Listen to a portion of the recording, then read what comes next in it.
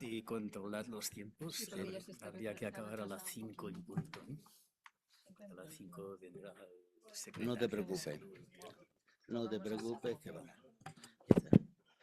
Bueno, buenas tardes. Vamos a la última mesa de la jornada. Después será la clausura por persona importante de la Generalitat.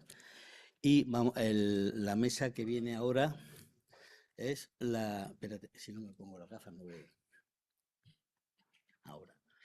La mesa de control de la tuberculosis. En primer lugar van a actuar... perdón. ¿Quieres que te lo lea yo?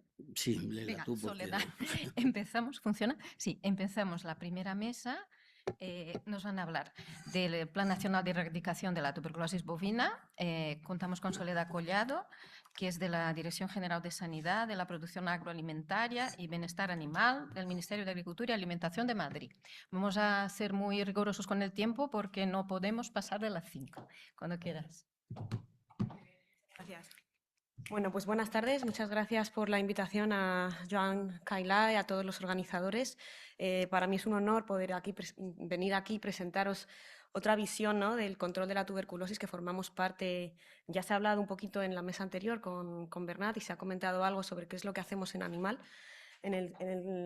tanto en tuberculosis bovina como en el resto de especies afectadas por esta enfermedad. Y es que, bueno, es una de las que tratamos en el área de programas sanitarios y zoonosis del Ministerio de Agricultura, en la que además mayor tiempo nos ocupa y nos preocupa.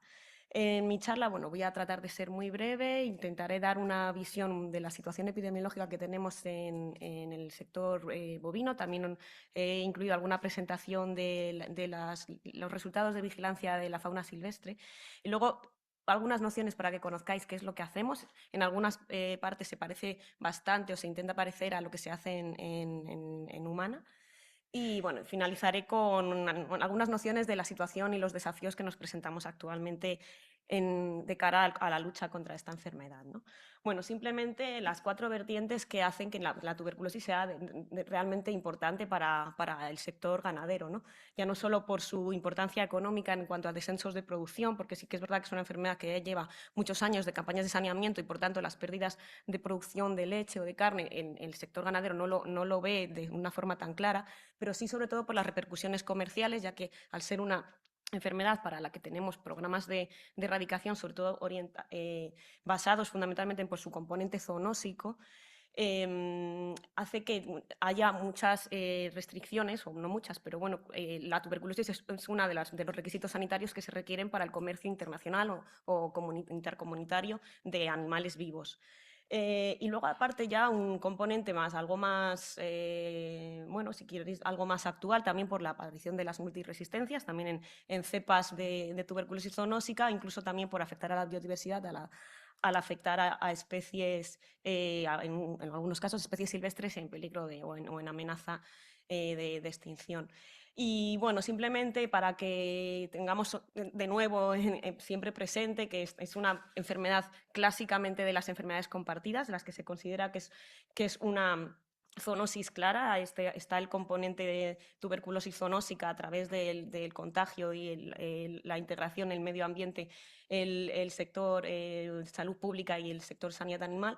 Y no sé si ya conocíais la hoja de ruta contra la tuberculosis zoonósica que elaboró la organización tanto de la tripartita o incluso cuatripartita de la OMS, la Organización Mundial de Sanidad Animal, la FAO y junto a la Unión Internacional para el Control de la Tuberculosis, que es ya un poco antigua, fue en el 2017 y venía a hacer como un llamamiento a la acción y a establecer compromisos políticos y de los diferentes sectores a luchar y tener un objetivo claro para luchar contra la tuberculosis zoonósica. Si bien ya lo conocéis, que los principales estragos los producen en países del sudeste asiático o en África.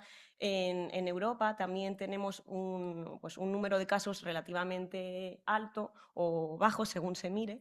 Y esta mañana Zaida os ha presentado algunos casos de tuberculosis zoonósica. Yo no he llegado, estaba viéndolo online desde el taxi, pero bueno, el último informe de la Autoridad Europea de Seguridad Alimentaria, que es la EFSA, donde se se reportan los casos de humana y también de animal, hacen un informe conjunto junto con la ECDC. En el año 2023, en todo el conjunto de la Unión, se comunicaron 138 casos de tuberculosis zoonósica, es decir, asociada a M. tuberculosis, M. bovis o M. caprae, de los que un poquito más de la mitad se consideraron adquiridos en el entorno de la Unión Europea, 67, y 62 se consideraron extranjeros. Incluso en este año, además, hubo un caso que fue la primera vez en el que se asoció a un brote alimentario, probablemente por el consumo de leche sin tratar. Y en el entorno de nuestros países, en el mapa de la izquierda, esto también es un extracto del informe conjunto de la EFSA y la ECDC, pueden ver en color el porcentaje de la prevalencia en el ganado bovino, la prevalencia de los diferentes países, y en las burbujas el número de casos humana. Bueno, pues aunque no siempre hay una relación, pero sí que se ve que en los países en los que ya tienen el estatus oficialmente indemne o las cifras de prevalencia en el ganado bovino son menores, el número de casos humanos también son menores. Y en esta tabla pueden ver las últimas cifras notificadas de casos humanos asociados a especies zoonósicas. De los 138 casos que os había presentado en la diapositiva anterior, pues en España notificó 54. En los últimos años pues sí que se ha visto un incremento, probablemente sea un artefacto por la mayor tasa de notificación o de identificación de las especies, pero visto así en el informe sí que se ve que en la tasa de notificación por cada 100.000 habitantes en España es un poco superior año tras año y además supera la media de la Unión Europea, que estamos en el 0,04 y en España el 0,11 casos por cada 100.000 habitantes. Bueno, pues con toda esta situación, en el marco legislatorio de la Unión Europea, el marco legislativo de la Unión Europea que cambió en el año 2016 porque se intentó simplificar toda la legislación relacionada con sanidad animal, se establecía una serie de prioridades de enfermedades para las que se iban a orientar principalmente los mayores recursos, ¿no? Y bueno, además de este reglamento, se han desarrollado muchísimas más reglamentos de ejecución o de delegados, pero lo importante es que os quede en mente que hay una categorización de enfermedades y no solamente en función de cuál va a ser la acción, sino también a qué especies se van a afectar cada una de las acciones. Por tanto, para las enfermedades se han categorizado de acuerdo a unos criterios, entre ellos pues, su transmisibilidad, su potencial zoonósico, su impacto para el comercio, su impacto para otras especies y demás. Y la tuberculosis, o mejor dicho, la infección por el complejo Mycobacterium tuberculosis, que ahora incluye estas 3 especies que os comentaba al inicio, M. tuberculosis, M. bovis y M. caprae, es decir, la infección de cualquiera de esas 3 especies va a ser en el ganado bovino, una enfermedad para la cual los Estados miembros tienen que orientar sus esfuerzos hacia la erradicación de forma obligatoria. Muchos países ya tienen el estatus oficialmente libre y los que no tenemos ese estatus porque tenemos todavía la enfermedad presente en nuestro territorio, tenemos que apostar de forma obligatoria hacia un programa de erradicación, es decir, es una enfermedad de categoría B. ¿Y cuál es la situación en el resto de los países? Ya os los presenté en la diapositiva anterior, pero para que veáis en el color verde son las regiones o los países con estatus oficialmente indemne, pues prácticamente todo el norte de Europa, y en naranja los países que todavía tenemos programas de erradicación. Pero si bien, es decir, 10 países estamos todavía con programa de erradicación, pero Rumanía, Bulgaria, Croacia tienen cifras bastante menores al 1% y estaríamos como 5 países, Italia, España, Portugal e Irlanda, con unas tasas de tuberculosis, de prevalencia de tuberculosis en el ganado bovino mayor.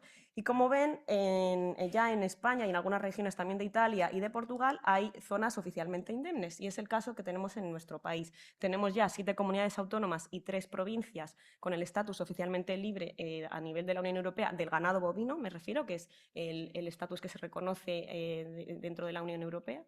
Nuestra unidad epidemiológica mínima es la provincia, por eso en algunos casos se han esperado a comunicar toda la comunidad autónoma y en otros casos ya, como en Valladolid, Burgos y León, lo declaramos a nivel de provincia. Y el resto de regiones tenemos programa de erradicación. Y con una heterogeneidad, como ven en la diapositiva. Por un mapa de colores como un semáforo, pues a nivel de comarca, la prevalencia de tuberculosis pues, es muy variable, desde un menos del 1% en las regiones de color verde hasta un incremento gradual, y tenemos las regiones con color rojo intenso que supera el 10% de los rebaños positivos a tuberculosis. En los últimos años, ¿cuál ha sido nuestra evolución? Pues si hasta el 2015 habíamos visto un cierto descenso, pero después incrementamos y lo asociamos a una mayor sensibilidad en el diagnóstico, a raíz de ahí iniciamos una etapa de descenso más continuado. Estamos actualmente en el 1,52%, pero sí que es verdad que desde el año 2023 al 2024 otra vez hemos visto un cierto estancamiento a nivel global, porque esto también varía mucho en función de las regiones, muy asociado al tipo de manejo y al sistema de producción de los animales. Por eso en el suroeste de España, de la península, más asociado al sistemas de dehesa, donde los animales están en extensivo, además también muy relacionado con los movimientos de animales. No todo es fauna, eso quiero que quede muy claro, porque es una excusa también que en muchas ocasiones está apareciendo, y no todo es fauna, hay mucha implicación del ganado bovino y mucho que se puede hacer todavía para seguir apostando por luchar contra la enfermedad. Y esto es lo que tenemos en nuestro programa de erradicación. ¿En qué se basa? Pues establecemos la estrategia a nivel de ir categorizando, clasificándolos a nivel desde rebaños por establecimientos oficialmente libres, aumentando el número de establecimientos libres de la comarca, y posteriormente de la provincia o de la comunidad autónoma. Importante, nuestro programa es nacional, pero está consensuado con todas las comunidades autónomas, y también lo presentamos a la Unión Europea. En el último programa, que ya alcanzó un marco plurianual mucho más largo, hasta el de 2022 al 2030, nuestro objetivo final, y de acuerdo también a los Objetivos de Desarrollo Sostenible de la ONU, es llegar a la erradicación en el 2030. La verdad es que no vamos bien, porque nuestros objetivos intermedios serían reducir en un 20% la prevalencia y la incidencia, y no lo estamos consiguiendo. Entonces, bueno, pues se requieren esfuerzos adicionales por todas las partes. Nuestro programa, la especie diana es el bovino, y también es extensible al caprino, ya se ha comentado, extensible siempre que haya relación epidemiológica directa o indirecta con el ganado bovino, o bien se da la posibilidad de que las comunidades autónomas, aunque no consideren que haya una relación directa, se extienda también al caprino. Y en el reglamento de la Unión Europea también se podrían aplicar a cualquier otra especie que se considere que está afectando la situación epidemiológica del ganado bovino. Nuestro programa se basa en este sistema de calificaciones de los establecimientos. Se establecen pues, una serie de chequeos sanitarios para poder alcanzar el estatus oficialmente libre y mantenerlo en función con una frecuencia en función de la región donde se ubica el establecimiento. Somos más estrictos, o se requiere mayor frecuencia de controles y de chequeos donde la prevalencia es mayor, con el fin de detectar cuanto antes a los animales, eliminarlos rápidamente del rebaño, ya que la estrategia es básicamente la que comentaba también Bernat esta mañana, que ha sido la que mayor éxito fue la estrategia estadounidense, que desde el año 1916 o aproximadamente a principios del año 1900, fue la que más demostró su éxito a través de test de tuberculina con el sacrificio de los animales positivos y con la correspondiente indemnización, junto a unas medidas de control rigurosas, medidas de control de movimientos de animales, además de profilaxis o medidas higiénico-sanitarias en el establecimiento, porque profilaxis como tal, vacunación, ya se ha comentado también, no es posible. De momento no tenemos una vacuna ni en el ganado bovino ni en la fauna silvestre que ofrezca suficiente protección como para poder considerarla una vacuna, y además que no interfiera en las pruebas diagnósticas que básicamente están basadas en la respuesta inmunitaria. ¿Y en qué se orienta también nuestro programa? Bueno, pues básicamente lo que os comentaba, un diagnóstico y detección a través de chequeos rutinarios en el animal vivo. Sería lo que llamamos vigilancia activa, tanto para mantener como para recuperar el estatus de este establecimiento. Y siempre nuestra intención ha sido incrementar al máximo posible la sensibilidad del diagnóstico.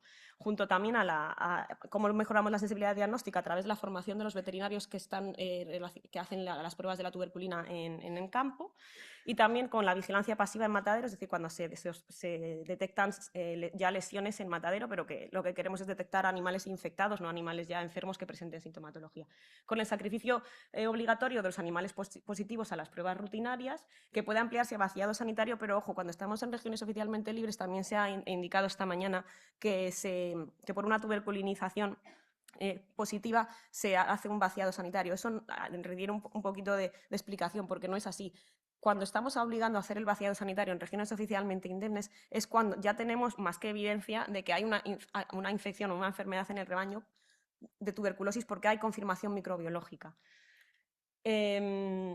Bueno, todo esto no sería posible si no tuviésemos un sistema de trazabilidad animal con identificación individual de los animales, registro de los movimientos y registro de los establecimientos por donde pasan, de las explotaciones, a las medidas de bioseguridad y de bioprotección, y muy importante también es cuando hay reservorios o otros domésticos o silvestres, que os presentaré al final lo que hacemos en silvestres. Y básicamente nuestro programa pues, se orienta a las diferentes vías de entrada que hay. Muy importante la infección residual, que ya también comentaba Bernat, por eso seguimos intentando aumentar cuanto más la sensibilidad en el diagnóstico, con nuestra estrategia diagnóstica de intratuberculinización, y cuando hay confirmación microbiológica metemos el interferón gamma, al menos en la primera vuelta siguiente para recuperar la calificación. Control de las entradas de animales infectados, de cabras, interacción con silvestres y el contacto con pastos, también muy importante el control. No todos los animales están en un pasto, se mueven muchísimo. Si buscamos un registro de animales es absolutamente alucinante la cantidad de movimientos que hay, de esos movimientos declarados, porque también pues muchas veces no los declaran. Entonces tampoco es nada fácil controlar a nuestros contactos, ¿no? Nuestras vías de posible propagación de la enfermedad. Bueno, algunas fotos de cómo hacemos la intradermotuberculinización. Básicamente es muy similar a la que se hace en humana, pero bueno, con el componente de que hay que pelar, medir el grosor previo y el grosor posterior a través de, pues bueno, con el cutímetro. No deja de ser un componente muy subjetivo y además hay presión social, o sea, hay presión sobre el veterinario, porque el que le paga es el ganadero, entonces esto pues es así. Por ello tenemos este programa de formación y de control de calidad de los veterinarios que participan en las campañas, pero ya está disponible hacerlo también de forma rutinaria sobre el animal vivo en las pruebas del interferón gamma como prueba oficial para poder calificar al establecimiento. Además de lo que os comentaba como prueba complementaria cuando hay una confirmación microbiológica, que en ese caso el interferón tiene un punto de corte un poquito más estricto al que se hace en campaña. A los animales los reactores positivos tienen un sacrificio, se les sacrifica de forma obligatoria, se toman muestras y se realizan pues, las investigaciones a nivel de histopatología, tanto tinciones Fiel-Nielsen, hematoxilina dioxina e inmunohistoquímica. Se realiza también el cultivo sólido, ya hemos pasado también al cultivo líquido para intentar el aislamiento y para poder identificar la especie, hacer el espoligotipado de todos los aislados que se obtienen. Ya puntualmente, pero cada vez más perdón, es mi reloj. Con cada vez mayor frecuencia estamos pasando a la secuenciación genómica completa, pero básicamente todavía no podemos realizarlo de forma masiva en todos los casos. Pero sí que tenemos una herramienta bastante útil y sobre todo para agilizar el diagnóstico cuando hay una sospecha de una lesión compatible con tuberculosis en matadero. Tenemos la posibilidad de hacer una PCR directa sobre muestra que ya te puede descartar o te puede determinar si se trata del complejo Mycobacterium tuberculosis. Y esto pues tiene bastante utilidad, sobre todo pues eso, cuando se ven alguna lesión que podría ser cualquier otra lesión compatible no relacionada con tuberculosis, hace que las restricciones en el rebaño, la suspensión de la calificación se minimice, porque en cuanto tenemos una PCR negativa o un diagnóstico alternativo de esas lesiones, un diagnóstico diferencial, pues se levantan las suspensiones. Todos los resultados de los aislamientos, los espoligotipados, se pasan a una base de datos nacional, la base de datos de micobacteriosis, que lo gestiona el Centro de Vigilancia Sanitaria Veterinaria de la Universidad Complutense de Madrid, que además es el Laboratorio Europeo de Referencia de Tuberculosis Animal y tiene un visor donde se puede ver los diferentes aislados. Tenemos actualmente más de 70.000 aislamientos de las diferentes especies de micobacterias en diferentes especies animales, bovino, caprino y jabalí. Y muy importante, os he extraído un pantallazo de los aislamientos que hemos tenido, porque también tenemos hasta 14 aislamientos de Mycobacterium tuberculosis en animales.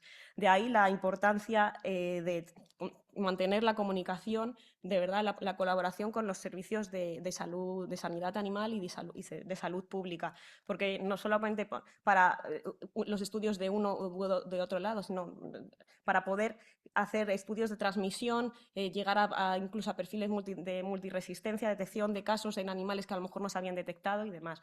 Hay un paper que no me puedo entretener ya mucho más, no sé si en algún momento ya se os ha presentado en estas conferencias, que lo realizó, se inició en Almería con una participación de varios hospitales, en el que a través de una secuenciación genómica completa se empezaron a detectar casos de MK-PRAE que habían pasado inadvertidos durante más de 18 años. Se llegaron a identificar, ahora no recuerdo, creo que hasta todos los brotes que tenéis, ya no solo en Almería, sino en otros, en Sevilla, en Málaga, de especies de aislamientos humana que no se llegaron a secuenciar, no se supo si estaba dentro del complejo, pero no se sabía si era MK-PRAE o M. tuberculosis.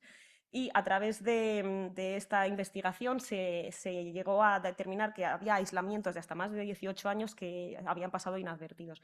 Y bueno, el autor relacionaba o sugería la necesidad de incluir siempre la investigación epidemiológica de cualquier nuevo caso para también, cuando sea posible, llegar a la identificación de la especie. Un par de palabras sobre la vigilancia pasiva, que es lo que se hace en matadero cuando los animales pasan ya sean sacrificio de rutina, animales que pasan a sacrificio de rutina sin que se hubiese detectado previamente la tuberculosis o sin que sean reactores, o también animales que han reaccionado a las pruebas in vivo. Es un componente muy importante de nuestra vigilancia, tanto para las regiones no oficialmente libres, porque es otra información adicional para detectar nuevos rebaños, y especialmente en las zonas oficialmente libres, en las que la frecuencia de chequeos en el rebaño bajan, se pueden pasar a chequear cada 2 años incluso, y tenemos que tener una comprobación de que efectivamente sigues estando ausente de tuberculosis en tu región. Sí. De acuerdo.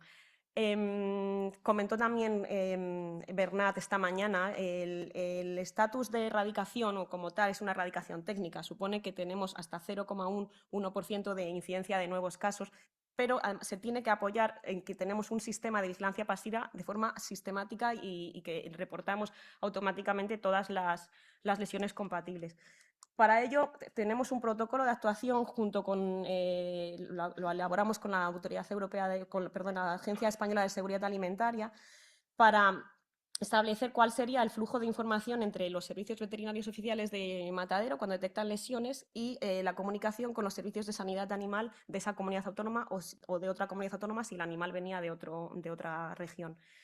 Y además también tenemos elaboramos un informe de cuál sería la sensibilidad de la vigilancia en el matadero a través de una tasa base de lo que sería la tasa esperable de remisión de granulomas no tuberculosos, porque cualquier animal que pasa a la cadena de sacrificio presenta con una frecuencia relativamente X, granulomas no relacionados con tuberculosis, pero que podrían dar lugar a tuberculosis. Entonces, ese componente de la sensibilidad de la vigilancia en el matadero es importante mantenerlo y en los últimos años estamos por debajo de lo que nos habíamos marcado como tasa mínima o tasa objetivo. Ya para finalizar, ¿qué es lo que hacemos en especies silvestres? Pues tenemos toda la vigilancia en fauna silvestre que se redactó de forma armonizada tras haber aprobado nuestro plan de actuación sobre tuberculosis en especies silvestres, que se acordó de forma consensuada con 4 subdirecciones diferentes, tanto de nuestro Ministerio de Agricultura como con el Ministerio de Sanidad a través de la Agencia de Seguridad Alimentaria, junto con en aquel momento la Subdirección General de Medio Natural, es decir, los responsables de medio ambiente y de biodiversidad y los responsables de las autoridades cinegéticas. específicas. En este PATUBES, nuestro plan de actuación sobre tuberculosis en especies silvestres viene a ser como un libro blanco que indicaba recomendaciones, entre ellas armonizar la vigilancia para permitir que fuese integrada, tanto a nivel sanitario como también poblacional, en función de la densidad de especies que hubiera en la región, y ya indicaba la necesidad de establecer medidas legales, legislativas, para poder obligar a hacer una gestión higiénica de los subproductos de la caza, es decir, evitar el carroñerismo, evitar dejar desperdicios de los animales abatidos en las cacerías que se queden presentes en el campo, porque puede dar lugar a una recirculación, como veis en la imagen, de jabalíes que tienen en ocasiones este comportamiento de carroñerismo, para pasar a una gestión higiénica o bien dejando las vísceras en muladares y de esta forma alimentación a especies necrófagas como los buitres, o si no, a través de una recogida con camiones de recogida para su envío a plantas de tratamiento, a plantas de transformación. Y desarrollamos también otro Real Decreto que establece ya medidas sanitarias en fauna silvestre, de cuáles son, en función de qué tipo de espacio sea donde se encuentran los animales, si es más una granja, estamos hablando de animales silvestres, si es una granja de ciervos o de jabalíes que existen, y prácticamente es que los llamamos granjas con fines de repoblación, y ellos tienen su control sanitario prácticamente igual al de una granja de ganado, o bien si son cotos, en los que, y ahí ya diferenciamos si tienen su vallado impermeable para las especies que crían en su interior y si se alimentan o no. En general, con este Real Decreto prohibimos la alimentación suplementaria a especies silvestres naturales, o sea, aquellas que no están manejadas por el hombre, es decir, los que están en cotos con vallados impermeables, se considera que hay un manejo, ahí la alimentación se permitiría, pero en los otros casos se prohíbe, con algunas excepciones. Si hay emergencia cinegética o si hay pues, falta de recursos o por órdenes de veda de caza. ¿Y qué otras medidas establecemos en el Real Decreto? Pues sobre todo orientadas a bioseguridad, a evitar los contactos. Y aquí ya hay toda modelos muy creativos de cómo hacer comederos y bebederos más específicos para una especie o para otra, bien por su altura o por sistemas que el ganado es capaz de aprender a utilizarlo, o bien por los vallados. Aquí, por ejemplo, os presento una foto de un bebedero en la imagen izquierda, lo que sería menos aconsejable o no deseable, porque este encharcamiento favorece el mantenimiento de micobacterias, para pasarlo pues, a un bebedero un poco más higiénico, bien con pasos más elevados y que permita una limpieza y desinfección un poco más fácil. Algunos resultados de la vigilancia en fauna silvestre, como ven en el mapa, es que estos son resultados tanto de positivos a PCR como a serología, independientemente de una u otra, es decir, los que serían realmente animales reservorios capaces de excretar serían solamente los con resultados microbiológicos positivos, y aquí se presentan todos, pero aquí ven dónde se concentran fundamentalmente los jabalíes o los ciervos o gamos o el tejón, los carnívoros como básicamente el tejón, positivos dentro de nuestro programa de vigilancia, con lo cual, si lo relacionan un poco con el mapa anterior, no todo lo que había en bovino se debe a la fauna. Y sí que tenemos, por lo que establecemos las actuaciones obligatorias, un mapa ya de las regiones donde sí que hay evidencia de contacto de fauna y ganado, y hay que establecer también medidas obligatorias para los titulares de los cotos de caza. Y bueno, ¿cuál es ya para finalizar, nuestros principales desafíos? Pues todavía tenemos una baja sensibilidad del diagnóstico en campo, tanto por este componente humano en la prueba de la tuberculina, también la presencia de animales anérgicos, que ya después de años de campañas de saneamiento ya dejan de responder a la tuberculinización. También el fraude, hace poco se detectó toda una red, se desarticuló una red de fraude de uso de pomadas corticoides durante los días de la lectura, antes de los días de la lectura, y esto pues la verdad que sabemos que existe y es de difícil control. En este caso pudo intervenir el Seprona porque ya llevaban detrás de ellos un tiempo, pero no siempre es fácil. Además, bueno, la epidemiología compleja, el papel de la fauna silvestre, que la bioseguridad, por mucho que queramos, no siempre es efectiva. Y una gran parte es la desconfianza de los ganaderos en los beneficios del programa. No quieren pasar a región libre. Lo ven, hay mucha movilización también, bueno, ya si recordáis toda la tractorada, que también se unió no solo a agricultores, sino también ganaderos, y muchas veces movilizados tenemos 1.400 rebaños de 90.000, o sea que el componente tampoco es tan grande, pero hacen mucho ruido y nos bloquea el progreso del programa, ¿no? Y bueno, lo que ya os comentábamos, que todavía no tenemos una inmunoprofilaxis efectiva real. Pero sí que, por favor, intentaremos colaborar siempre que podamos, porque al final, entre salud pública y sanidad animal, porque la tuberculosis, pues más que nada, sí que es una enfermedad, una salud. Muchas gracias.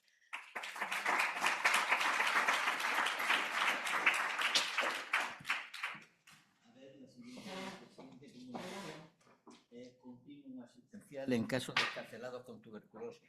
El rol de la enfermera de enlace. Nos lo van a contar Lidia Puig y Natividad Soltera.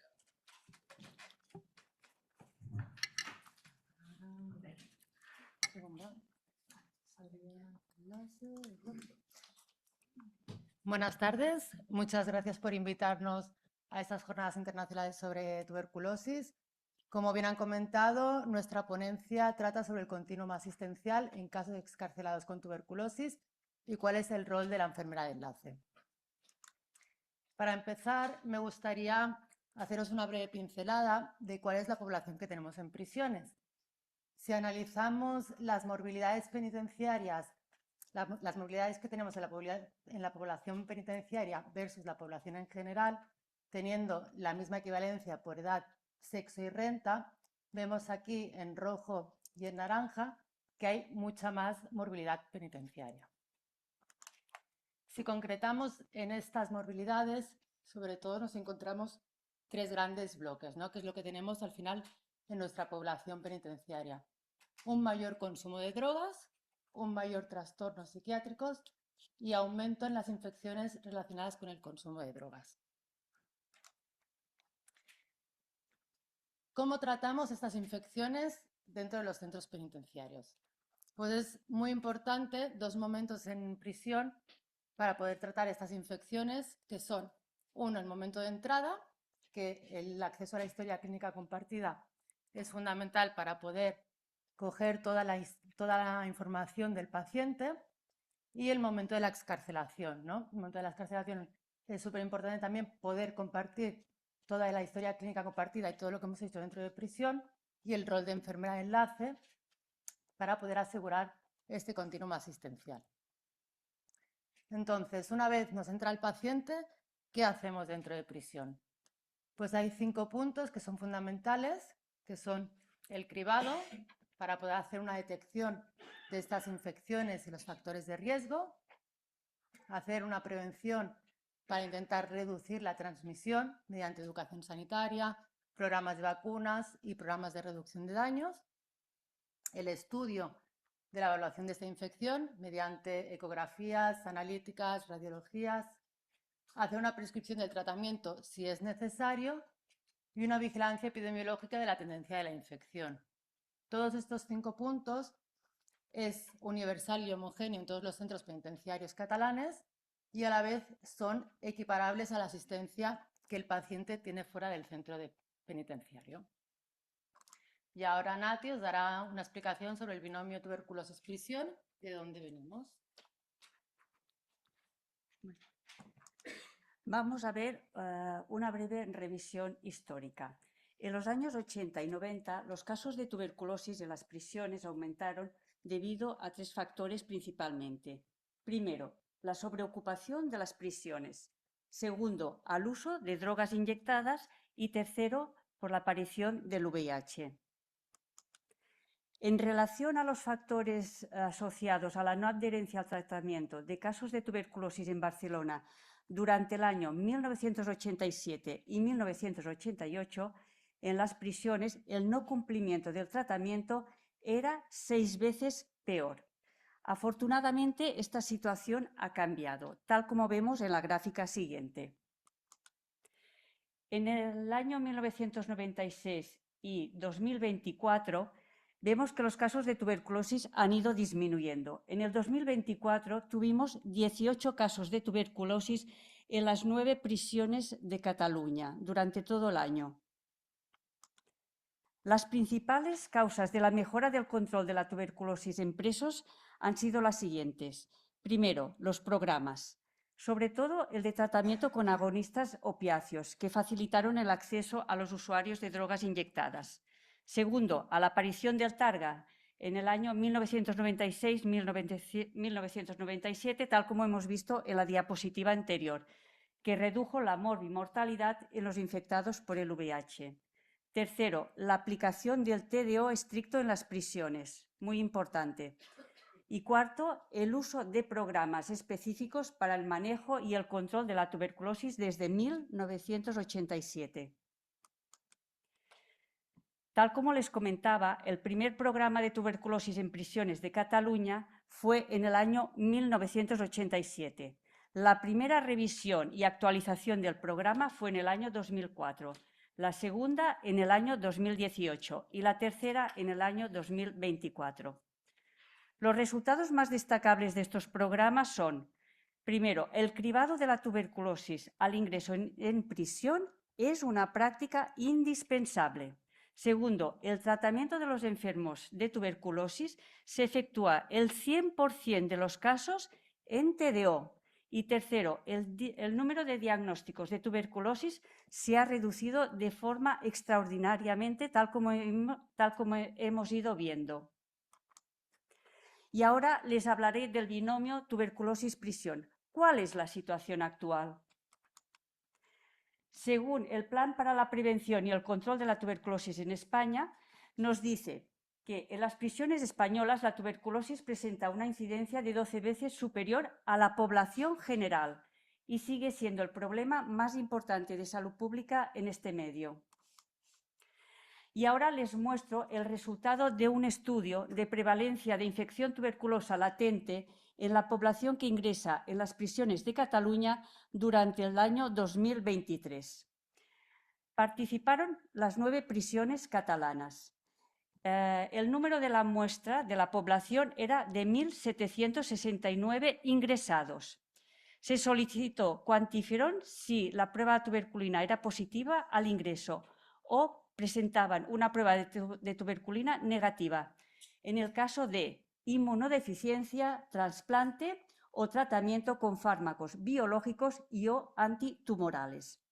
El resultado de la infección tuberculosa latente cuando la prueba tuberculina era positiva era del 30,1% y el resultado de la infección tuberculosa latente cuando la prueba de la tuberculina positiva coincidía con un cuantiferón positivo era del 24,7%. Y continuando con el estudio, en el cribado de ingresos en la muestra de la población estudiada, había 38 antecedentes de tuberculosis y una de tuberculosis detectada al ingreso. En resumen, teníamos un 2,1% de tuberculosis. Pero si solo teníamos en cuenta los migrantes, era del 3%, y si solo teníamos en cuenta los autóctonos, era del 1%. Había diferencias significativas entre ser migrante o ser autóctono. ¿Y cuáles son las características de los casos con tuberculosis en la prisión de Cataluña durante el 2024? Pues son las siguientes. Tuvimos 18 casos en 6 prisiones, ya que en 3 prisiones no tuvo ningún caso. En Brians 1 es el principal centro de preventivos de Cataluña, se detectó el 44,4% del total.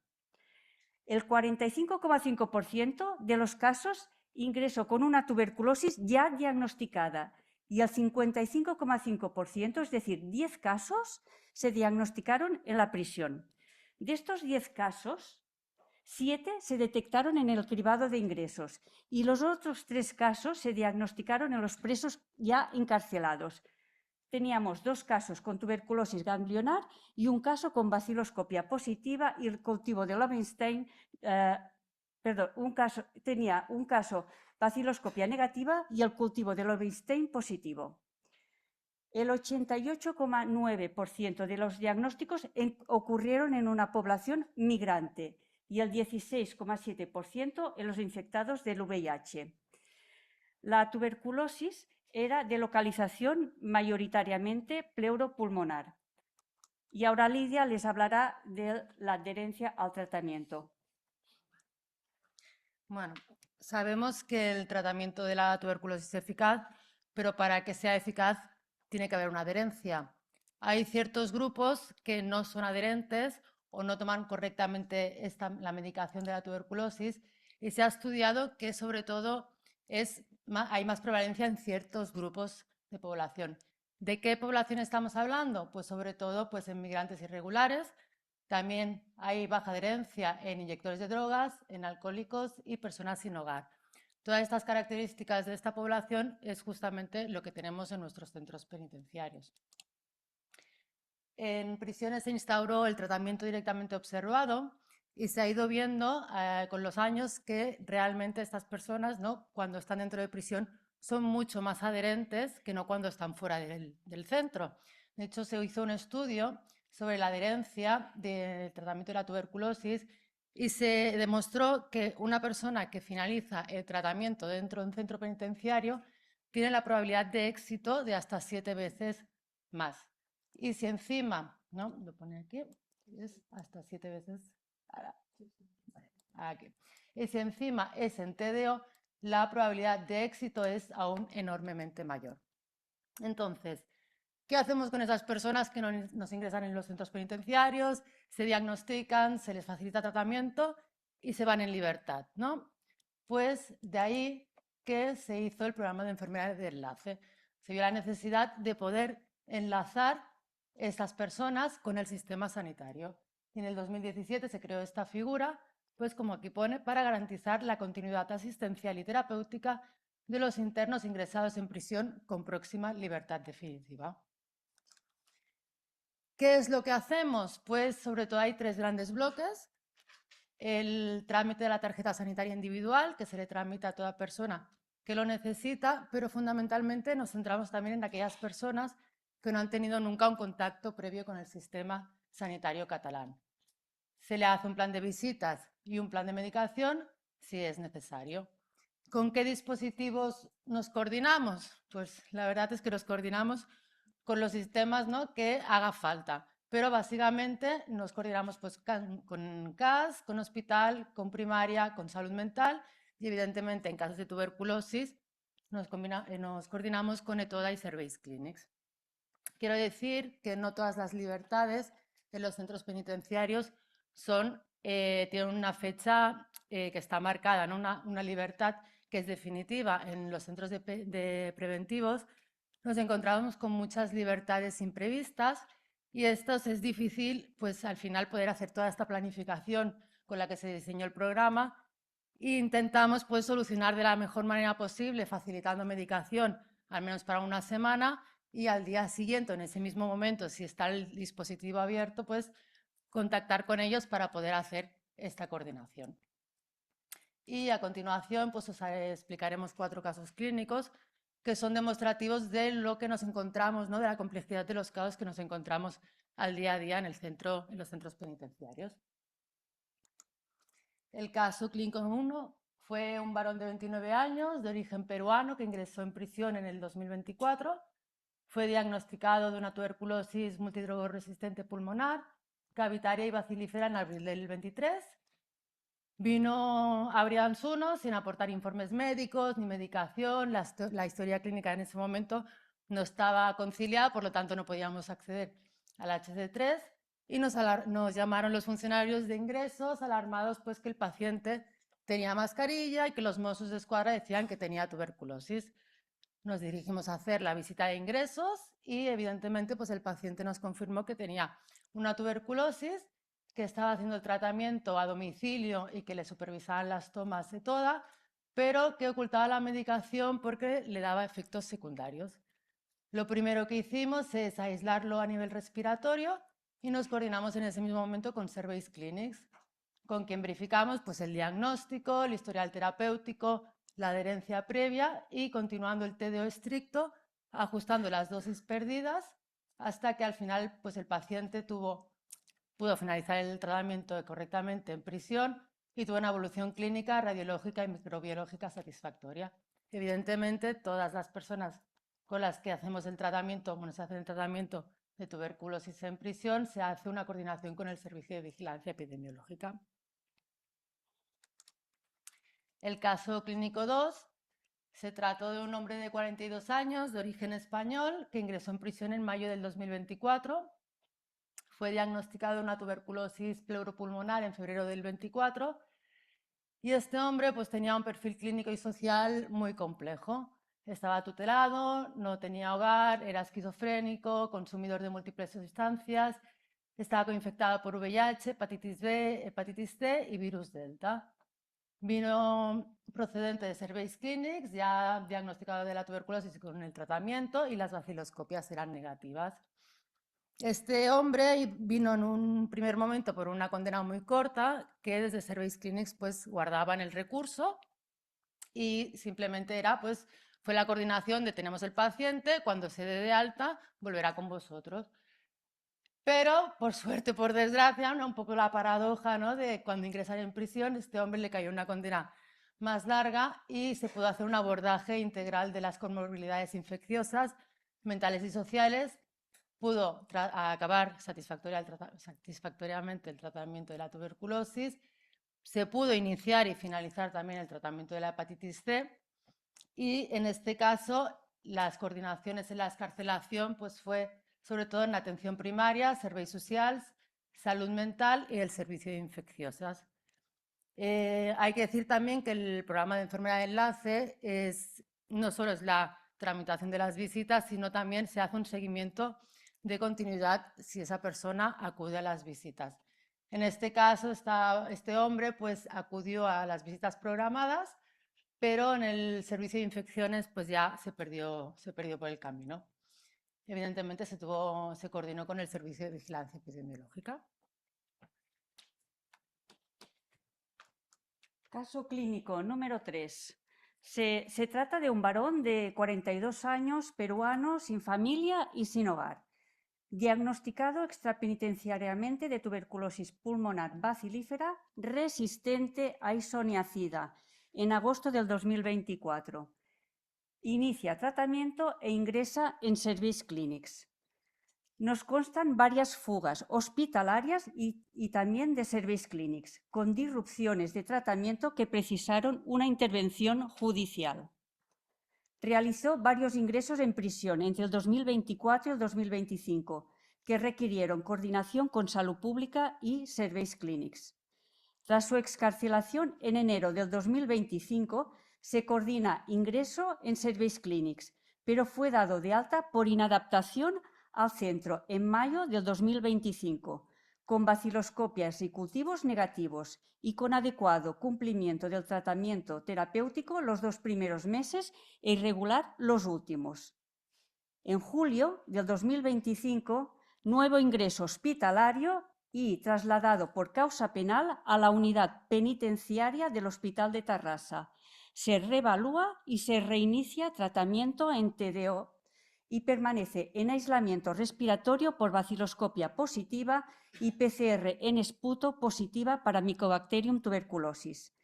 Una vez confirmados los cultivos negativos, se finaliza el tratamiento en prisión donde permanece actualmente y mantenemos en todo momento informado el Servicio de Vigilancia Epidemiológica. Y por último, el caso clínico número 4.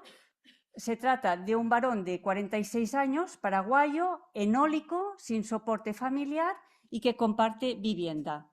Se detectó tuberculosis pulmonar en prisión en noviembre del 2024. Presentaba una prueba tuberculina positiva y una radiografía de tórax patológica con infiltrado apical izquierdo. Se deriva urgentemente al Hospital de Tarrasa por sospecha de tuberculosis. En el hospital se le cursan baciloscopias de esputo con resultado negativo, pero PCR positiva para Mycobacterium tuberculosis. Ingresa en la unidad hospitalaria penitenciaria de Tarrasa e inicia tratamiento tuberculostático en TDO, pero a los 12 días es excarcelado y se coordina seguimiento ambulatorio con ETODA, aunque el cumplimiento fue irregular. Realiza varios ingresos en prisión entre el 2024 y el 2025. Se coordina la excarcelación con Serveis Clinics, de donde se fuga en repetidas ocasiones, y fue dado de alta en su última fuga y había finalizado más de 140 dosis de tratamiento. En la conclusión destacamos, primero, una buena coordinación entre instituciones penitenciarias y no penitenciarias mejora el cumplimiento del tratamiento de la tuberculosis y de otras infecciones y es clave para la salud penitenciaria y, por ende, para la salud de la comunidad. Segundo, la accesibilidad a la historia clínica compartida junto con la incorporación de la figura de la enfermera de enlace son elementos que han permitido mejorar la coordinación intra-extrapenitenciaria y están ayudando a optimizar el continuum asistencial. Y por último, la coordinación tiene que ser estrecha con centros de atención a las drogodependencias, servicio de infecciones y unidades de vigilancia epidemiológica, y también con otros recursos más específicos de tuberculosis, como son los programas ambulatorios de tratamiento antituberculostático como ETODA, o los centros de estancia prolongada como Service Clinics. Muchas gracias por su atención.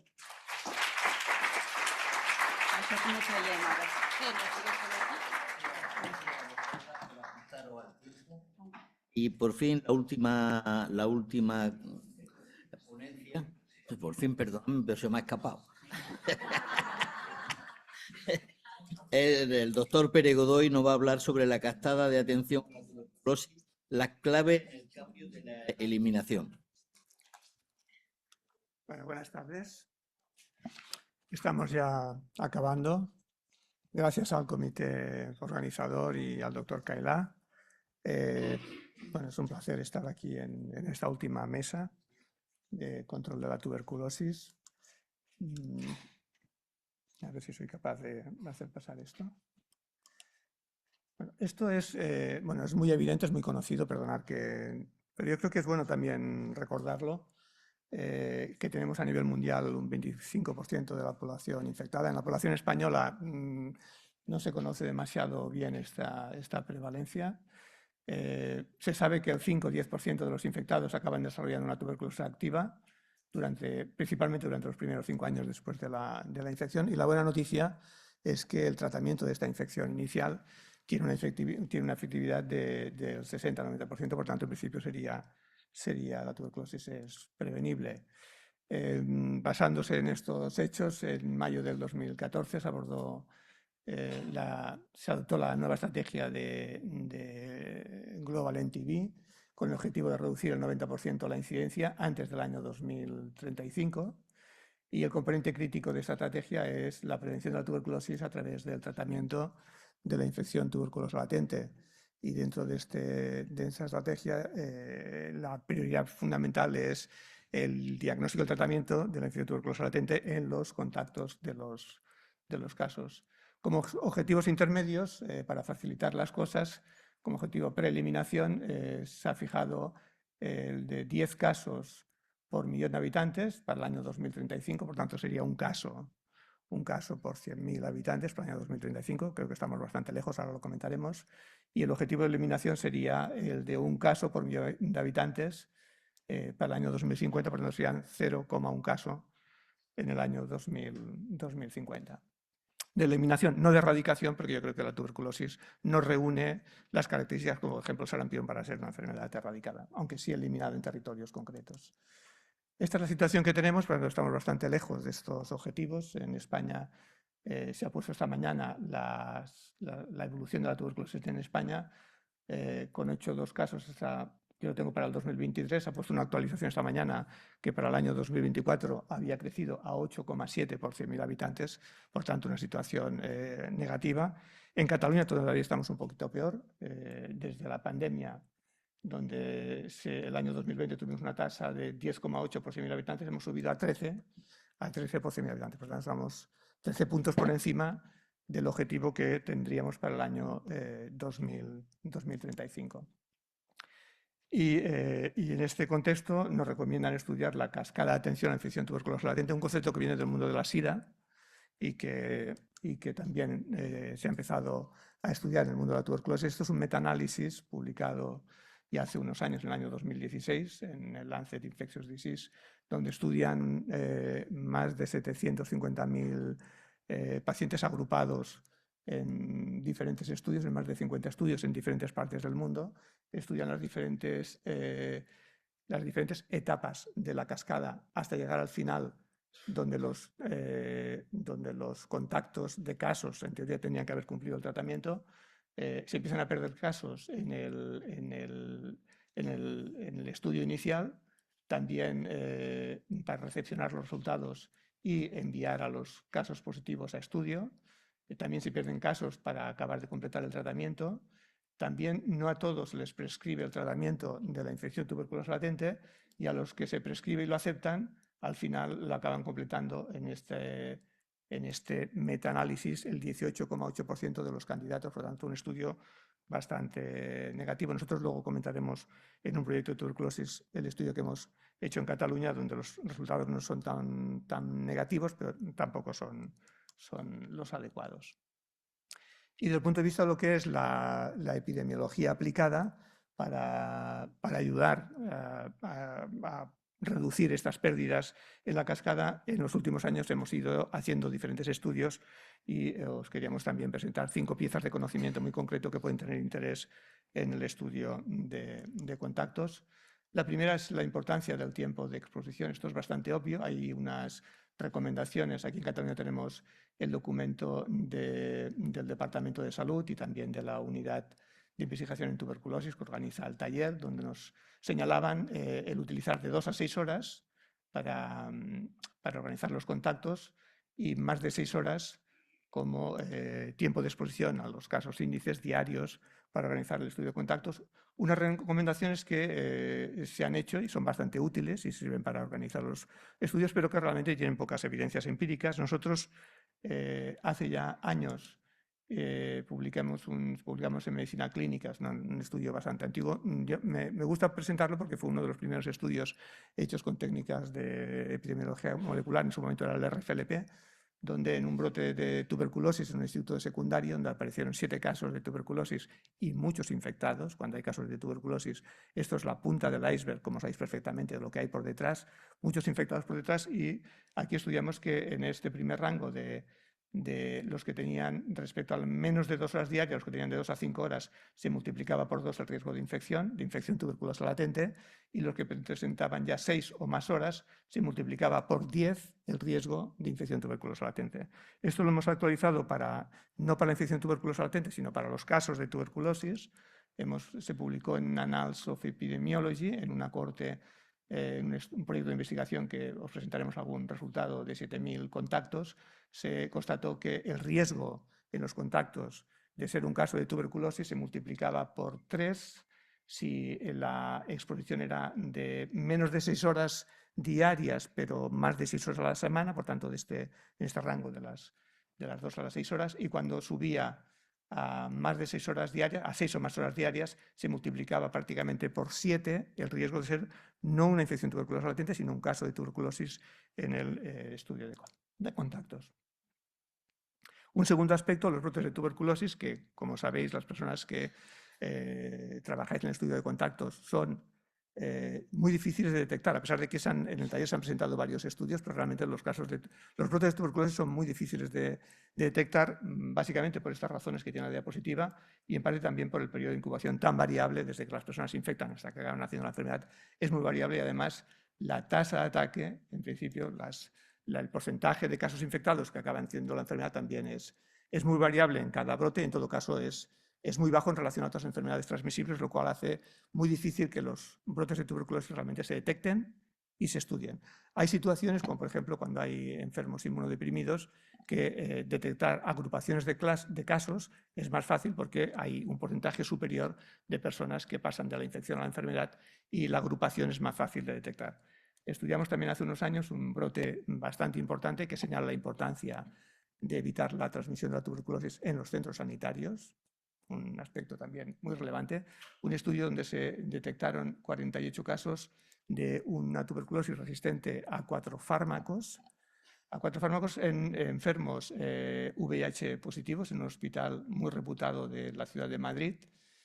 48 casos, todos infectados, gente muy joven, 34,1 años, y un aspecto bastante impactante, que de estos casos 47 murieron y además el tiempo desde que eran diagnosticadas hasta que morían pasaban 77 días. Por tanto, con un impacto a nivel familiar importantísimo. Esto creó mucha polémica y también se generó una hipótesis muy inquietante, la posibilidad de que estos enfermos podían haber adquirido esta cepa en el propio hospital. Esto creó mucha polémica y se resolvió con un estudio clásico de epidemiología, un estudio de casos y controles, donde se compararon 18 casos confirmados por esta cepa multiresistente a 4 fármacos, con 17 controles muy exigentes. Eran también pacientes de tuberculosis confirmados, pero con cepas sensibles. Se compararon por una variable muy simple, es ver qué casos tenían un antecedente de ingreso previo al que había desencadenado el diagnóstico. En estos 18 casos, 13 tenían el antecedente, en los 17, 5, y la odds ratio era de 6,2, por tanto el ingreso previo en aquel hospital multiplicaba por 6 el riesgo de padecer una tuberculosis multiresistente, y además con dosis respuesta. Conforme aumentaba el tiempo de haber estado ingresado en el hospital, aumentaba también el riesgo de ser un caso de tuberculosis multiresistente. Y por tanto la importancia de evitar la tuberculosis en los centros sanitarios. En otro ámbito, en el ámbito de las empresas con trabajadores temporales y con un porcentaje alto de personas inmigrantes, también han salido cosas. En el taller, un brote de 9 casos de tuberculosis, una empresa muy potente en la región de Lleida, que exporta embutidos por toda Europa, y que aparecieron 9 casos de tuberculosis a partir de un caso índice. Se generaron 9 casos de tuberculosis en la empresa, también en las familias y también en los bares de los barrios de estos trabajadores.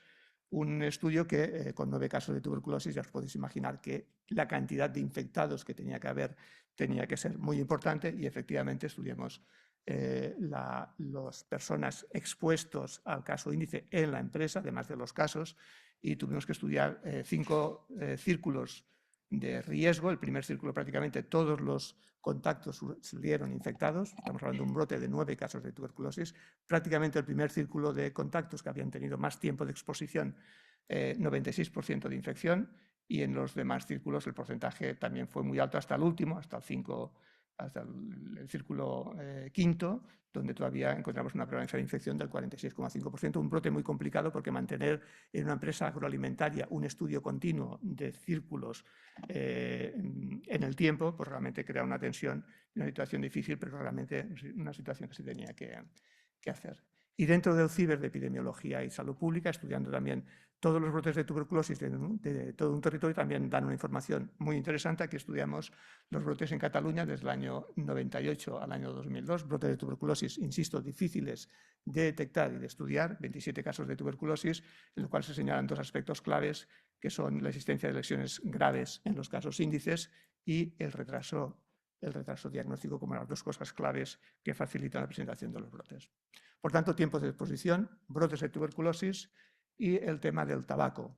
El tabaco realmente, a través de la lesión que produce el tabaco en las células epiteliales del árbol respiratorio, las personas que fuman tienen una respuesta inmunitaria muy limitada, y el tabaco facilita la infección.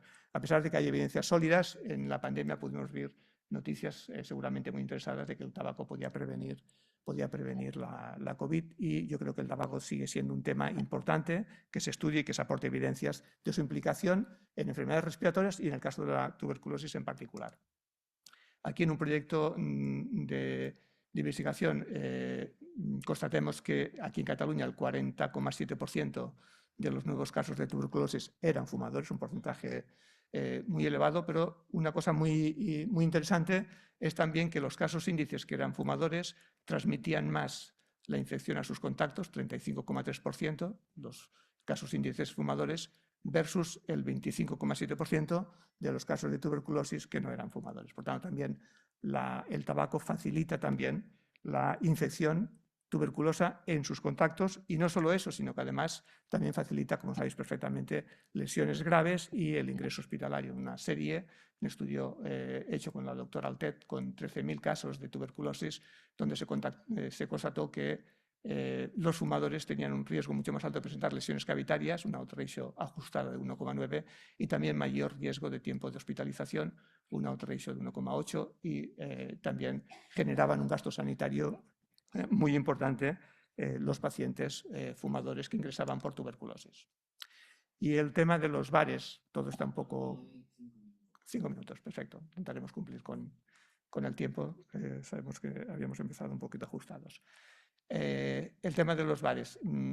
España es el país del mundo con más bares por habitantes. Esto lo sabemos perfectamente. Y también los bares pueden ser en un momento determinado lugar de transmisión de la tuberculosis. Lugar de transmisión de la tuberculosis y un sitio realmente complicado para estudiar, porque obtener colaboración de los casos índices, sabiendo que la tuberculosis está muy estigmatizada, de los propietarios de los establecimientos y del entorno donde se generan estos brotes, es realmente muy complicado. Esto también lo estudiamos en este brote que hemos señalado de 9 casos de tuberculosis. Estudiaron los bares de los pacientes de esta empresa con tuberculosis pulmonar, baciloscopias positivas, y se constató que en los bares donde vivían estos trabajadores presentaron los contactos de estos bares prevalencias de la infección del 51,7%, incluso superiores a lo que fueron la prevalencia de infección en los contactos familiares. La COVID, un tema todavía, en fin, relativamente reciente, un tema polémico. El confinamiento, el uso de la mascarilla podía haber reducido quizá la transmisión, pero realmente sabemos además que todas las políticas implementadas en el año 2020, fundamentalmente la reasignación de personal, que puede haber tenido un impacto grave porque ha provocado sobrecarga de trabajo y seguramente retrasos diagnósticos e insuficiente estudio de contactos. Eso también en un proyecto de investigación comparamos los estudios de contactos antes de la pandemia y después de la pandemia, y se constató que el riesgo, la prevalencia de infección en los contactos estudiados durante la pandemia era superior, una odds ratio de 1,3% en comparación al año pre-pandemia, y se constató también que esto podía ser un indicador de que realmente la tuberculosis, y lo señalábamos en este artículo, señalábamos que la COVID podía haber deteriorado la detección de la tuberculosis y el estudio de contactos, y esto podía tener consecuencias en el futuro, y yo creo que estamos viendo cosas que realmente podrían ir en esta dirección. Y la cascada de la tuberculosis, aquí en Cataluña también en este proyecto de investigación hemos estudiado esas etapas que comentábamos en este metaanálisis publicado en el Lancet. Se estudió en este proyecto de investigación 3 etapas claves. La primera etapa, la identificación y realización de las pruebas en los contactos. La segunda, la prescripción del tratamiento. Y luego la adherencia. Es un estudio basado en 887 casos de tuberculosis pulmonar, donde se han estudiado más de 7.000 contactos. De estos 7.000 contactos, el 92,2%, es un dato bueno, se estudiaron. De estos que se estudiaron, el 25% infectados. Cuando se estudian los contactos globalmente, el 25% de los contactos infectados. De estos infectados, 1.670, el 70% prácticamente reciben una prescripción. No todos los contactos reciben prescripción por razones de edad, comorbilidades, etc. No a todos les prescribe el tratamiento, el 70%, y los que reciben una prescripción, el 71,3% acaban cumpliendo. Si contamos todas estas pérdidas a lo largo de la cascada, en Cataluña nos salía que el 50% de los contactos llegan al final de la cascada, un resultado mejor que en el metaanálisis que hemos comentado, pero un resultado que también tiene que ser mejorable, y que buena parte de estas pérdidas tienen que ver con población vulnerable, personas inmigrantes, y que todas estas pérdidas se podían reducir también con una mayor implicación del conjunto del sistema sanitario, también para seguir el cumplimiento de la infección tuberculosa latente. Y acabamos con 6 recomendaciones muy conocidas, pero que siempre vale la pena también recordarlas. La notificación de todos los casos es un requisito imprescindible para identificar a las personas infectadas y los casos secundarios. Esto es muy evidente, pero lo que no es tan evidente, y quiero señalarlo, es que las etapas de eliminación, estaríamos ahora, en teoría, en la etapa de eliminación de la tuberculosis, requiere mantener los estudios de contacto, los equipos que estudian los contactos, mantenerlos bien formados, dispuestos a situaciones muy complejas a veces desde el punto de vista práctico, que requiere a veces respaldo social y trabajo con diferentes entidades. Y esto es importante porque cuando baja una enfermedad nos relajamos y pensamos que ya deja de ser importante y a veces no se hacen las inversiones que se requieren. También la reducción del tabaquismo, todavía tenemos una prevalencia del tabaquismo en Cataluña bastante elevada. La reducción del tabaquismo podría ayudar también en esta línea. Valorar también, en todos los casos, el tiempo de exposición. Salen las guías, pero esto valorarlo caso a caso es importante. Y también estudiar, especialmente dar prioridad a colectivos muy vulnerables, los inmigrantes, y sobre todo en ámbitos muy complejos, los bares y además en otros ámbitos que hemos sabido que ha habido mucha transmisión. Durante la aparición de las pandemias, importante que se mantengan los equipos para que el control de la tuberculosis en este caso y otras enfermedades no se deteriore, que se hagan las inversiones que se tengan que hacer para afrontar las pandemias, pero que no se saquen efectivos de otros programas que pueden tener consecuencias. Y finalmente la supervisión de los tratamientos también podría reducir las pérdidas de los pacientes a lo largo de la cascada. Y acabamos con este punto final de un aforismo africano. Lo ponemos muchas veces, es muy conocido, pero creo que en el caso de la tuberculosis nos viene muy bien. Si queremos ir rápido, podemos ir solo, pero si queremos ir lejos, mejor que vayamos acompañados. Con esto acabaríamos.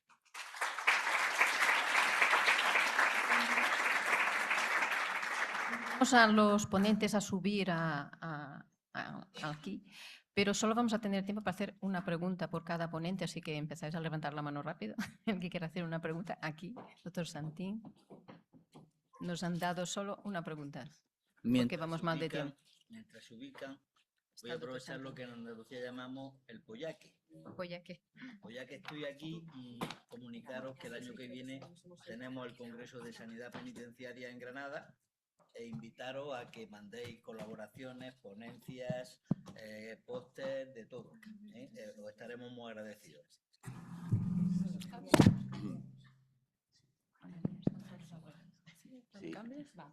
Sí. Sí. Hola, Miguel Santín del Hospital de Bellvitge. Estaba muy interesado por los datos que el doctor Peragodoy nos ha presentado ahora. Y intentaré no alargarme demasiado, pero diría que quizás sus datos, que son con un número de contactos muy importante, y nuestro estudio publicado en International Journal of Tuberculosis Lung Disease no hace demasiado tiempo, miramos específicamente también la cascada de atención a la infección tuberculosa latente, siguiendo un poco el esquema de Arthur también. Y simplemente en este... ¿Se oye bien? Sí, y en este aspecto simplemente añadir que digamos que nuestro estudio estaba enfocado un poquito a evaluar la evolución en el tiempo desde el año 2006 hasta el año 2020, de alguna manera evaluar lo que estábamos haciendo, si realmente estaba funcionando bien. Y establecíamos también, obviamente, 3 outcomes más importantes.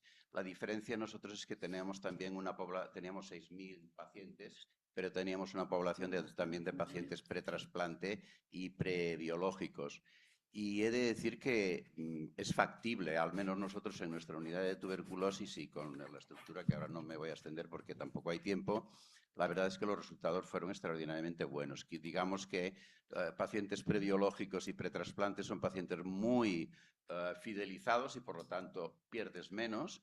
Pero incluso en los contactos no perdimos en la... esto siempre es difícil de decir, si todos aquellos susceptibles de ser estudiados los has captado, porque no lo puedes saber con seguridad, pero estimamos que fue alrededor de un 3%, un 4%. Completaron el proceso diagnóstico prácticamente el 90 y pico %. Y se les ofreció tratamiento preventivo y de estos pues lo completaron cifras superiores al 95%. O sea que son cifras realmente que un poco avalan esto. Claro, obviamente son poblaciones diferentes y también en el tiempo y abarcan una población muy concreta y en un centro asistencial muy concreto. Simplemente poner en valor la utilidad de las unidades de tuberculosis pues a la hora de hacer estos estudios. Quería aportar un poquito esta experiencia, añadir a lo que él había comentado y no sé si, Pera, ¿quieres añadir alguna cosa al respecto? Bueno, conozco el estudio publicado, lo he leído y me parece muy interesante. Lógicamente, como apunta perfectamente, son poblaciones totalmente, bueno, aparte son poblaciones que no son comparables, son diferentes. Este es un estudio comunitario, una unidad de hospitalaria de tuberculosis, como bien ha señalado, los pacientes están mucho más fidelizados, pero en todo caso son buenos resultados y que serían también resultados que idealmente deberíamos alcanzar también a nivel comunitario. Totalmente de acuerdo. Y las enfermeras gestoras de caso, que seguramente están detrás de... decir que trabajan, de hecho, en la sanidad.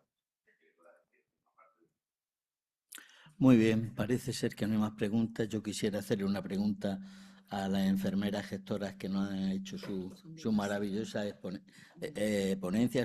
Trabajan en las prisiones aquí en Cataluña. Yo también soy talebólogo, pero yo trabajo en Andalucía.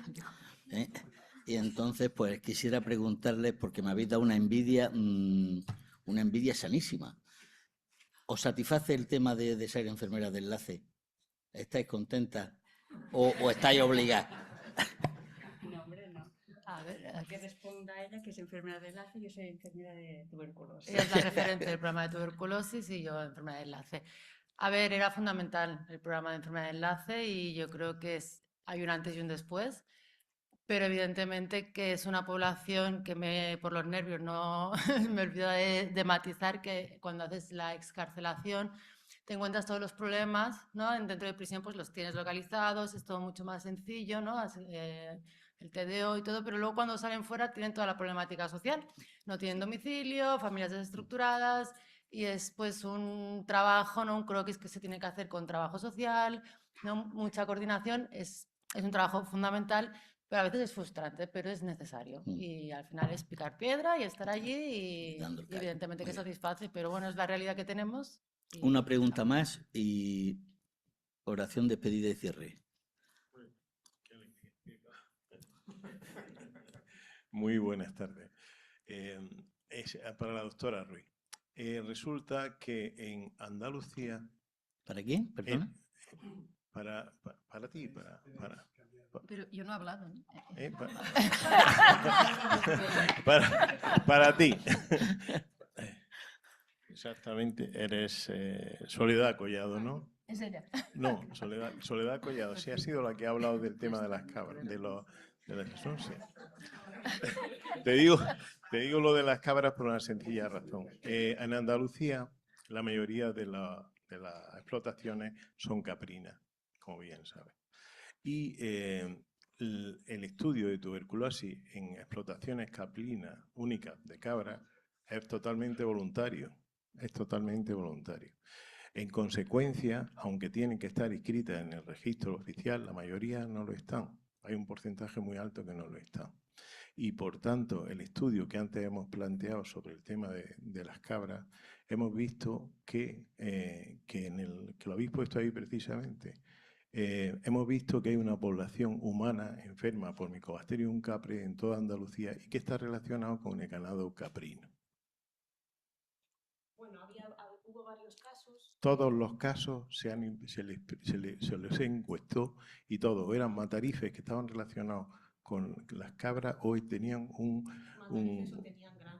o tenían granja de cabra. O venían de la zona del Sahel y probablemente habrían consumido... Muy pocos. No. Eran la mayoría autóctonos, solamente teníamos 3 migrantes.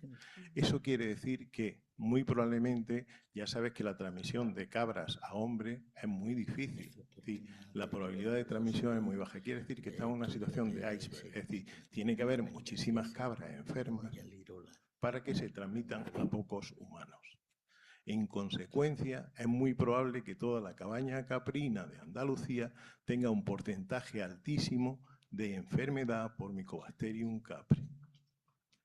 En consecuencia, creo que se deberían de tomar decisiones a nivel estatal, en este caso sería autonómico, para hacer un cambio en la ley para decir que los estudios de tuberculosis en ganadería caprina no debe ser voluntario, sino que debe estar dentro de un programa obligatorio.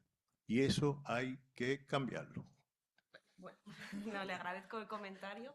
Nosotros damos la opción, nosotros damos en el programa las autoridades competentes, que en este caso serían la Consejería de Agricultura de Andalucía, son las que tienen la decisión de si se aplica a todo su ganado caprino, esté o no relacionado con el ganado bovino. Y aunque no estuviera relacionado con el ganado bovino, ellos lo podrían incluir como especie adicional, porque, como indicaba antes, en la normativa, el reglamento de la Unión Europea, la única especie como diana es el bovino, bueno, búfalos, bisonte o bovinos. Y en otras especies se podría incluir como especie adicional, que es lo que nosotros incluimos como o bien cuando tienen relación epidemiológica con bovino o puede afectar al estatus sanitario de la cabaña de la región, del ganado bovino, que es para el que se destina el programa de erradicación. Pero hay comunidades autónomas como por ejemplo Castilla-La Mancha que aplican el programa también a todas las cabras. Sí, Andalucía lo podría hacer. Nosotros a nivel estatal de momento no hemos dado ese paso de incluir a todo el ganado caprino de toda la cabaña ganadera española. Mi pregunta es ¿por qué la voluntariedad exclusivamente para el ganado caprino? No lo he entendido nunca. O sea, ¿hay una explicación clara por qué tiene que ser voluntario en el ganado caprino y no en el resto de los rebaños mixtos donde hay bovino, caprino? No lo entiendo. No se acaben los chotillos. ¿Sabes lo que te estoy comentando? Y más con una evidencia de esas características que hemos puesto encima de la mesa. ¿Cuál es la realidad? La realidad es que si el dueño de la ganadería, aparte, no ha escrito, o sea, tiene que haber inscrito su ganadería en los certificados. No sé exactamente dónde. Es obligatorio, pero Una conversación y una discusión apasionante, sí, pero me están mirando raro por aquí. Sí, bueno, en base quiero yo lo que quiero es animar a los servicios centrales que tengan en cuenta que replanteen esa situación en torno a Andalucía. Se lo agradezco. Nosotros estamos en contacto constantemente con todas las comunidades autónomas para redactar y reevaluar el programa nacional, como les indicaba. O sea pero la autoridad competente ahora mismo lo tienen, son ellas, las comunidades autónomas. Muy bien, muchas gracias a todos. Ahora el acto de clausura.